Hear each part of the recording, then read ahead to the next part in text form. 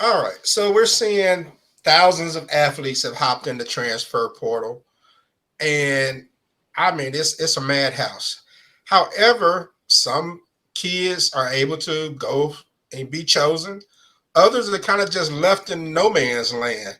So, do you think the transfer portal is a bad idea for most athletes? Do you need someone who can advise athletes, kind of like someone would advise you whether you're good enough to be drafted or not? Maybe that same person can say, "Hey, maybe you should stay where you are and not transfer." I do believe that is something that's going to be, you're going to start seeing agents in college football. Um, a lot of these kids, first of all, college is almost like a glorified YMCA, where, the bottom line of it is, most of these guys get to play, but that don't necessarily mean that they are talented. Some of these guys never get off the bench.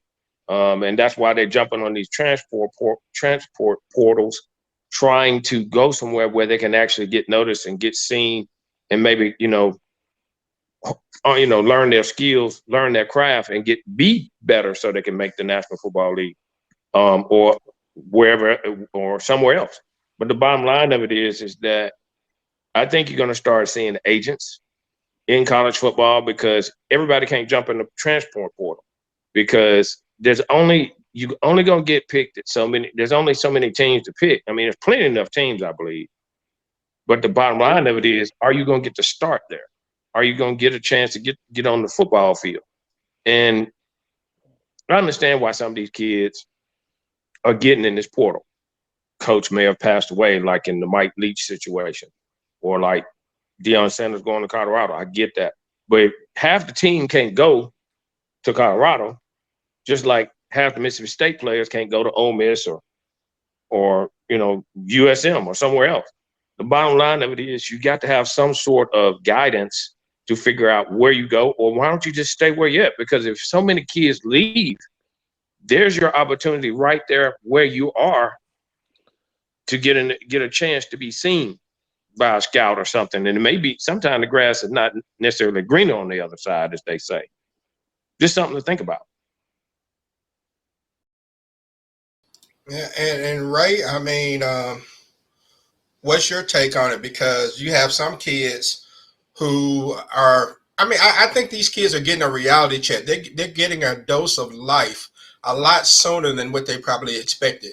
There's some kids at Colorado who had scholarships that Dion said they're not going to honor, and these kids are now back in the portal and stuff like that. So, I mean, what do you think about how all this works? Do they need someone to seriously advise them on what's going on? Because I don't think they understand it, and I don't think the parents understand that just because you go into the portal doesn't mean you're going to be chosen. No, I mean, I think it's a lot too much made of all of this because you have it's kind of like going to the NFL. Everybody, oh, 1 out of 1,000 athletes go to this. Well, we're not talking about 1 out of 1,000 because the majority of the people playing ball, they can't play anyway in high school. So we talking about the elite ball players that are going to be going to school and doing this and doing that. I think when you get in a transfer portal and you are a Division 1 player, you're going to get to go pretty much to the school of your choosing if you're in the portal. Now, if you got other problems where you say, well,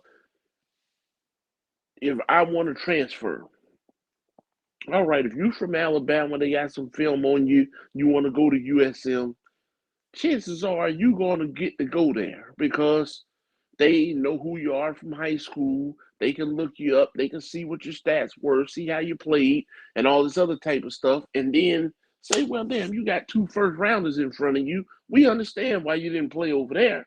Or, you got in trouble with some girl or something and you want to change the scenery. That's what a lot of it is about. Now they keep, and then it's a notion that the Jackson State ball players are going to Colorado. They're not going to Colorado. Only a handful of them kids are good enough to go to Colorado. He's not taking them kids with him, just like he's not taking them coaches with him. It's only a handful of guys that's good enough to go. And I mean, you may have, and those are the guys that pretty much have been there the last 2 years or so, you know, and they'll go. And you have some others that may not stay at J State, but they may go to Delaware. Or they might go to who knows, North Dakota State or anything. Don't mean they go in Division One, but they gotta get it out of there.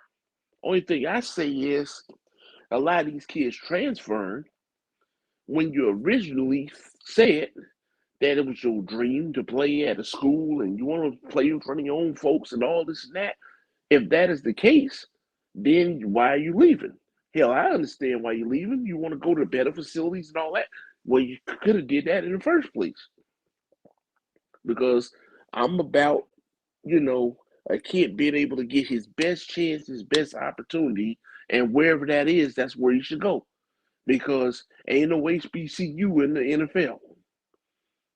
So that's what I think. Guys should be able to transfer somewhere that he feel like he can play. If it don't work out for him, then at least as a young man, he don't have no regrets as an older man that he didn't take a chance on doing what he wanted to do. All right. Well, I know a lot of these kids end up being disappointed, and I do think that some of them just jump in just because they can. And I mean, I wish they kind of regulate to a certain extent as far as putting limits on it. I think it's ridiculous that you have people that have been to 4 colleges. I mean, that just doesn't make any sense. What are you trying to prove at this point? You're a career student. Roughing the passer, 15-yard penalty, automatic first down. Roughing the passer, 15-yard penalty, automatic first down.